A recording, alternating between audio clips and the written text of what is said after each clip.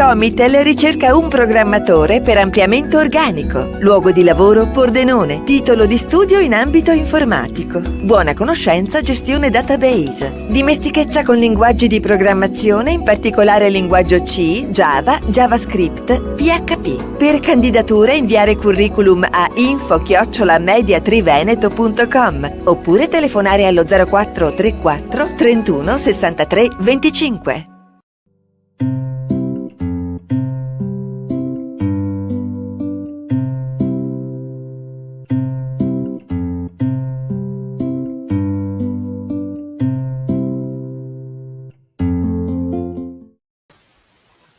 Ben ritrovati gentili amici e amiche alla Visione all'Ascolto. Per quanto riguarda questa edizione della sera del nostro audio video giornale, partiamo subito con il primo servizio relativo al riepilogo del maltempo che ha colpito nel pomeriggio l'area di Udine e Gorizia.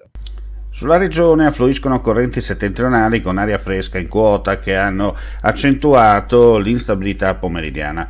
Dal primo pomeriggio i temporali hanno cominciato ad interessare la zona del Cividalese, poi Isontino, Carni e le Prealpi. Successivamente si sono spostati sulla pianura friulana e goriziana, dove hanno trovato un'atmosfera calda ed umida che ha contribuito alla loro intensificazione. Gli stessi localmente hanno provocato piogge intense e raffiche di vento forti sia in pianura che sulla costa. Lo riporta il bollettino della Protezione Civile.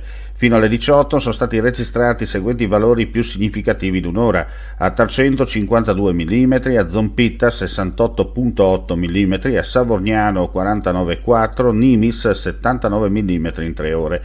Le raffiche di vento più significative si sono registrate che hanno toccato i 65 km/h con punta a Talmassons con 86 km/h. Sono state segnalate anche numerose grandinate. I temporali sono usciti dalla regione e nelle prossime ore il tempo andrà progressivamente stabilizzandosi, anche se sarà ancora possibile qualche locale rovescio. Dal tardo pomeriggio si segnalano eventi di caduta alberi nei comuni di Santa Maria la Longa, Lestizza, Cormons, San Vito al Torre, Aiello del Friuli, Romans di Sonzo, Reana del Roiale, Povoletto, Tarcento. Sono proseguite poi le attività di monitoraggio sul territorio da parte dei gruppi comunali di protezione civile nelle aree colpite dai temporali. Non si registrano feriti. E adesso torniamo con la cronaca per quanto riguarda un sinistro della strada che è venuto poco prima delle 21 a Fiume Veneto, scontro frontale tra due auto. Uno dei due conducenti, stando alle notizie giunte in redazione, è stato trasferito in elicottero all'ospedale di Catinara, dove si trova ricoverato in prognosi riservata. Si è sottoposto invece a un test questa mattina dopo qualche lieve disturbo fisico ed è risultato positivo al Covid. Per questa regione il sindaco di Trieste, Roberto Di Piazza, è stato costretto ad annullare tutti gli appuntamenti e a isolarsi. Assestamento di bilancio in regione, la dichiarazione dell'assessore Barbara Zilli, le sue parole. L'assessore Zilli oggi in commissione prima integrata del Consiglio regionale ha illustrato l'assestamento che parte però da un avanzo di bilancio importante conseguito grazie a delle performance inaspettate in parte. Sì, la tenuta del sistema economico regionale è stata eccezionale nel 2021 e questo ha permesso di scrivere ad oggi un avanzo di amministrazione di 721 milioni di euro che saranno destinati principalmente a dare un aiuto importante alle nostre imprese per far fronte all'emergenza energia e poi a sostenere tutte le scelte strategiche che abbiamo già avviato nel corso di questa legislatura, in particolare in ambito di investimento a vantaggio di enti pubblici e di imprese stesse, e poi sostenere i bisogni prioritari delle famiglie e della persona con un occhio di riguardo alla salute, oltre che comprimere mutui che abbiamo ereditato dalle province per permettere di liberare spesa pubblica nelle future annualità. È un momento eccezionale quello che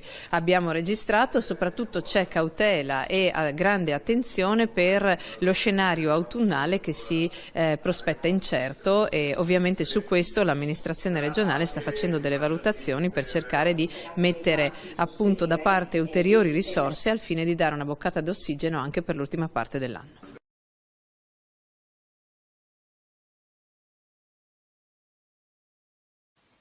Bene, con questo servizio chiudiamo qui questa edizione della sera. Grazie come sempre per la visione e l'ascolto. Ulteriori news sul nostro sito friulitv.net. Vista l'ora vi auguriamo la più cordiale buonanotte. Alla prossima.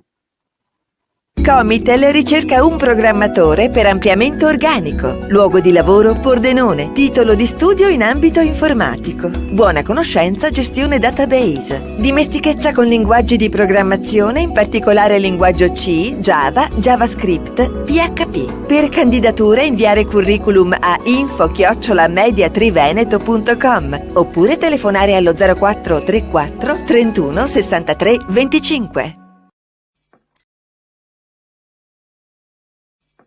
Vuoi assaggiare una birra dove al suo interno scopri la specialità tipica friulana?